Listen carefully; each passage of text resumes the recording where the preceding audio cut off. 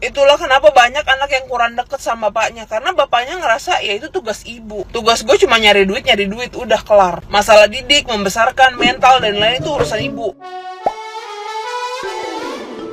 Hola netizen yang tercinta. Baru-baru ini viral di media sosial, Onad menjadi sorotan dan banyak dikritik oleh netizen yang berbakti. Onad dikritik netizen yang budiman disebabkan oleh pernyataan yang ia buat saat menjadi tamu dalam podcast Podhub. Onad mengungkapkan pandangannya mengenai tugas mengantar dan menjemput anak ke sekolah. Onad mengakui bahwa selama ini ia tidak pernah mengantarkan anaknya ke sekolah. Anaknya selalu diantar oleh istri dan sopirnya. Menurut Onad, tugas mengantar dan menjemput anak ke sekolah adalah tanggung jawab istri. Pernyataan ini menuai reaksi negatif dari netizen yang budiman, yang kemudian menilainya memiliki pandangan yang patriarki. Tidak hanya itu, terdapat netizen yang budiman menilai bahwa peran ayah dalam perkembangan anak juga termasuk salah satu faktor penting. Sementara itu, akibat banyaknya kritikan yang menganggapnya patriarki, Onad kemudian mengunggah foto dirinya bersama sang istri di Instagram. Onad menyatakan bahwa ia dengan senang hati akan mengantar anaknya ke sekolah. Nah, gimana nih menurut netizen yang terhormat? Silahkan berkomentar ya. Tugas saya cari nafkah, tugas ibu ngurus anak antar jemput. Percaya sama gua, yang berpikiran seperti Onad ini itu banyak. Salah satu faktornya ya karena budaya patriarki kita kuat banget. Padahal anak itu kan tanggung jawab bersama untuk mengedukasinya, membesarkannya, mengurusnya. Gua tuh pernah lihat di satu momen ada satu keluarga gitu, anaknya pup. Nah, ayahnya justru kayak panggil ibunya gitu. Atau anaknya mau susu gitu, panggil ibunya tuh buat bikin, "Hei, Anda juga orang tuanya."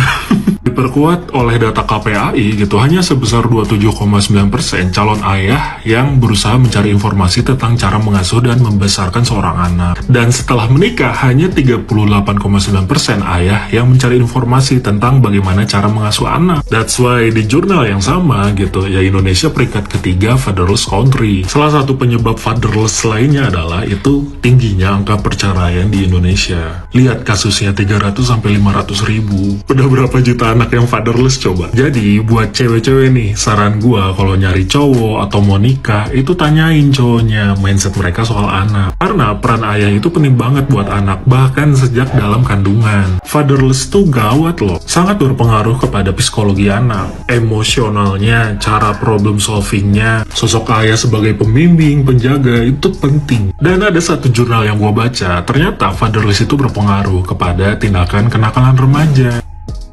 Kita bisa belajar bahwa pertama, dalam rumah tangga itu semua bisa dilakukan selama suami ataupun istri mau untuk mengerjakan. Jadi berhentilah nuntut pasangan harus ini ataupun harus itu gitu. Stop untuk ngontrol orang. Kita aja dulu mau nggak tulus untuk melakukan sesuatu. Yang kedua, dalam pernikahan itu ada dua tipe laki-laki. Pertama, laki-laki yang siap jadi suami. Yang kedua, laki-laki yang menikah hanya karena dia butuh istri. Tahu bedanya nggak? Kalau dia siap jadi suami, ketika menikah, dia akan fokus dengan perannya. Dia akan mau untuk melakukan banyak hal tanpa pamrih. Sementara kalau misalnya laki-laki ini menikah hanya karena butuh istri, dia akan fokus dengan peran dari pasangannya yang dianggap sebagai haknya suami setelah suami ini menunaikan kewajibannya yang biasanya dia menganggap membiayai itu adalah segalanya. Terus yang ketiga, selain wajib untuk mencukupkan nafkah lahir, Tuhan juga mewajibkan nafkah batin di-provide oleh suami sebagai penyeimbang.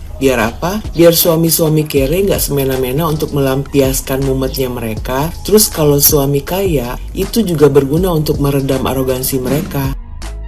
Beberapa hari yang lalu gue ada nonton videonya Vior sama bapaknya yang dia sampai nangis-nangis tuh berdua. Dan komenan netizen tuh banyak banget yang seakan-akan mereka tuh nggak bisa ngerasain kasih sayang dari bapaknya. Intinya kayak kurang mesra lah ya sama bapaknya. Dan gue pun merasakan hal yang sama gitu. Gue kurang deket sama bapak gue. Jadi kayak kita yang ngobrol tuh jarang. Dan muncul di pikiran gue, kenapa ya orang Indonesia terutama banyak banget anak perempuan yang nggak terlalu deket sama bapaknya. Padahal kalau di luar negeri gue suka lihat gitu ya, bapak sama anak yang kayak mesra banget, terus kayak anaknya tuh dipanggil princess. Jadi kayak nggak ada gap gitu antara bapak sama anak saking deketnya. Dan sekarang pas gue ngeliat tulisan ini, ya gue merasa terjawab dari pertanyaan gue kemarin. Kenapa bapak sama anak perempuannya tuh kurang deket? Karena itu banyak orang tua atau bapak yang kayak mengkotak-kotakan pekerjaan. Karena kita dari dulu taunya kalau tugas ayah tuh mencari nafkah. Jadi ya ke bawah sampai sekarang gitu. Ayah taunya nyari nafkah, kalau untuk masalah lainnya ya itu urusan ibu. Itulah kenapa banyak anak yang kurang deket sama bapaknya, karena bapaknya ngerasa ya itu tugas ibu. Tugas gue cuma nyari duit,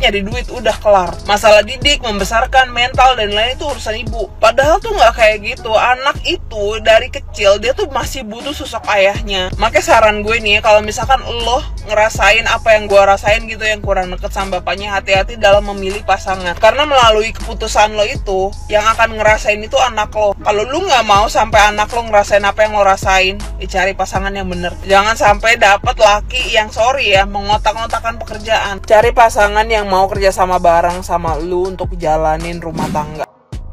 Saya nggak kenal secara personal sama Mas Onat dan juga istri, dan saya juga nggak mau ngebahasin tentang kewajiban siapa sih nganterin anak ke sekolah, suami atau istri. Saya hanya ingin sedikit berbagi sebagai seorang ibu yang dulu anaknya juga mengalami speech delay, sama seperti anaknya Mas Onat dan Mbak Baby. Semoga video ini nyampe ya, tapi kalaupun nggak nyampe, semoga ini sampai kepada para orang tua yang anaknya mengalami speech delay. Mas Onat, banyak sekali studi dan penelitian yang menyatakan bahwa perkembangan kemampuan berbahasa pada anak usia dini itu sangat terpengaruh oleh peranan seorang bapak. Ketika anak saya didiagnosa speech delay, salah satu anjuran dari psikolog adalah bapaknya itu banyak-banyak ngobrol sama anaknya, dan bapaknya mencontohkan bagaimana komunikasi yang sehat, kemampuan berbahasa yang baik dari bapaknya kepada ibunya. Jadi ketika kita ngobrol, suami istri ngobrol gitu ya, dengan bahasa yang baik, lembut, artikulasi yang jelas, itu sangat akan membantu proses terapi speech delay seorang anak. Itu baru satu sisi, kemampuan berbahasa seorang anak ketika dia kecil. Tapi begitu anak ini beranjak remaja, bahkan dewasa, suatu saat anak laki-laki perlu man-to-man talk dengan bapaknya. Mas Onat udah paling tahu deh, mengalami sendiri gimana kerasnya pergaulan anak laki di luar sana. Mulai dari tekanan pergaulan, persaingan, gontok-gontokan, lewatin itu semuanya. Sulit banget bagi seorang anak laki-laki kalau dia nggak punya seorang laki-laki yang bisa dia jadikan panutan untuk ngobrolin soal kesulitan dia. Kita para ibu tentu bisa nasehatin anak soal pergaulan di luar sana, tapi kita nggak relate sama cara-cara bergaulnya anak cowok karena kita beda. Tapi di sini nih sulitnya, dan di sini banyak para orang tua yang kecolongan. Anak remaja, apalagi yang udah beranjak dewasa, nggak akan mau ujuk-ujuk diajak ngobrol kalau kita tidak membangun kedekatan yang lekat dari dia kecil. Bayangin seorang anak yang sejak kecil dia setiap kesulitan apapun dia bisa ngadu ke bapaknya. Sepedanya rusak, "Pak, gimana nih sepeda?" Bapaknya dengan heroik datang dan memperbaiki sepedanya. Kemudian diganggu sama temennya, "Pak, aku diganggu sama temanku." Bapaknya mengajarkan bagaimana caranya membela diri. Maka ketika anak ini beranjak remaja dan sesuatu yang sulit datang ke hidupnya, dia akan ingat lagi memori-memori masa kecil ini, di mana, oh ada bapakku, aku harus cerita ke bapakku. Kalau anak nggak punya pengalaman cerita sama bapaknya sejak kecil, malah dia nutup-nutupin masalahnya. Oh ada kejadian ini nih di hidupku, jangan sampai bapakku tahu. Dan itu nggak enak banget. Inilah jebakan yang akhirnya membuat para orang tua ngerasa frustasi. Kok anak remajaku tuh diem aja, susah dinasehatin, susah diajak komunikasi. Ya karena komunikasinya nggak terjalin secara baik dari kecil sampai anaknya remaja. Jadi saya rasa mengantarkan anak sekolah itu bukan tentang memindahkan fisik anak ini dari rumah ke sekolah, tapi apa yang terjadi antara jarak rumah ke sekolah.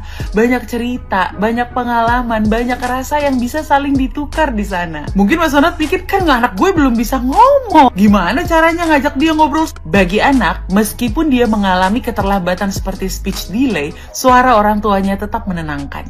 Mimik wajah orang tuanya ketika bercerita, sentuhan fisik orang tuanya ketika sedang bercerita, itu sangat menghangatkan dirinya dan akan membantu proses tumbuh kembangnya. Jadi good luck buat Mas Onat, Mbak Baby, dan si kecil yang hebat. Gue udah nonton full videonya, dan menurut gue ini Bang Onat sebenarnya nggak tahu ya dampak dari nggak antar jemput seorang anak gitu. Nah, jadi menurut dia tuh tugas itu tuh buat seorang ibu, padahal dalam rumah tangga kan kita harus bagi tugas, nggak bagi tugas, maksud gue kayak melakukan bersama-sama ya kan, bukan dibagi tugasnya tapi bersama-sama gitu. Nah, cuman bagi dia nyekolahin aja dan kerja itu udah cukup. Tapi padahal tuh sebenarnya enggak ya kan. Tapi gue salut sih sama Bang Onat, dia udah ada planning buat nyekolahin anaknya kan ke luar negeri, dan itu udah dia siapin tabungannya.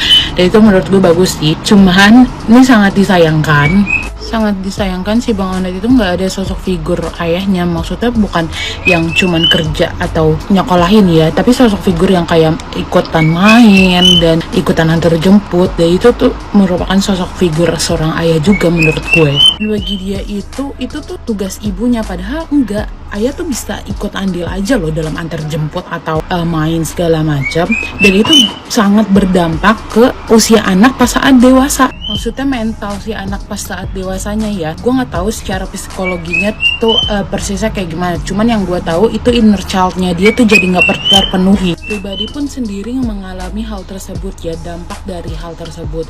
Dan jadinya pas udah gedenya tuh kan gue jadi butuh validasi, terus trauma, dan gue nggak bisa bedain kalau itu ternyata bare minimum dari laki-laki yang seharusnya tuh gue dapetin dari sosok seorang figur ayah pas kecil. Dan itu inner child gue kosong banget dulu pas kecil. Yang menurut gue tugas bapak itu nggak cuman nyekolahin, nyari duit dan udah selesai, bukan, tapi ada ikut andil dalam mengurus rumah tangga, mendidik anak dan lain sebagainya. Itu tuh tanggung jawab dia sebagai kepala rumah tangga. Jadi ya itu bukan dia tugas ibu aja, itu tugas bapak juga. Jadi kan gue kayak yang gue bilang, rumah tangga itu bersama-sama ya dilakuin. Kalau misalkan istri lo nggak bisa, ya berarti suami lo yang ngerjain. Begitu sebaliknya, itu kan namanya kerja sama-sama dalam mendidik anak, ngurus rumah tangga dan lain sebagainya. Itu bersama-sama, itu rumah tangga. Jadi ya kalau bapaknya ikut andil, anak bisa merasakan kehangatan di dalam rumah gitu. Ini berlaku buat anak cewek atau anak cowok ya. Anaknya tuh jadinya merasanya tuh aman dan nyaman ada di rumah. Jadi dari kedekatan pas kecil yang udah dibangun, pas udah gedenya tuh nggak ada tuh inner child yang nggak terpenuhi gitu. Jadi poin plusnya ya bisa deket sama anak tuh. Jadi anak tuh bisa terbuka sama kita, bisa buat cerita tentang kehidupannya dia. So jadi buat bapak-bapak di luar sana, mulai perhatikan anak-anak kalian dan kedekatan kalian antara anak-anak kalian. Buat calon ibu-ibu, pilih suami yang tepat ya guys. Be wise buat cari pasangan hidup kalian, oke?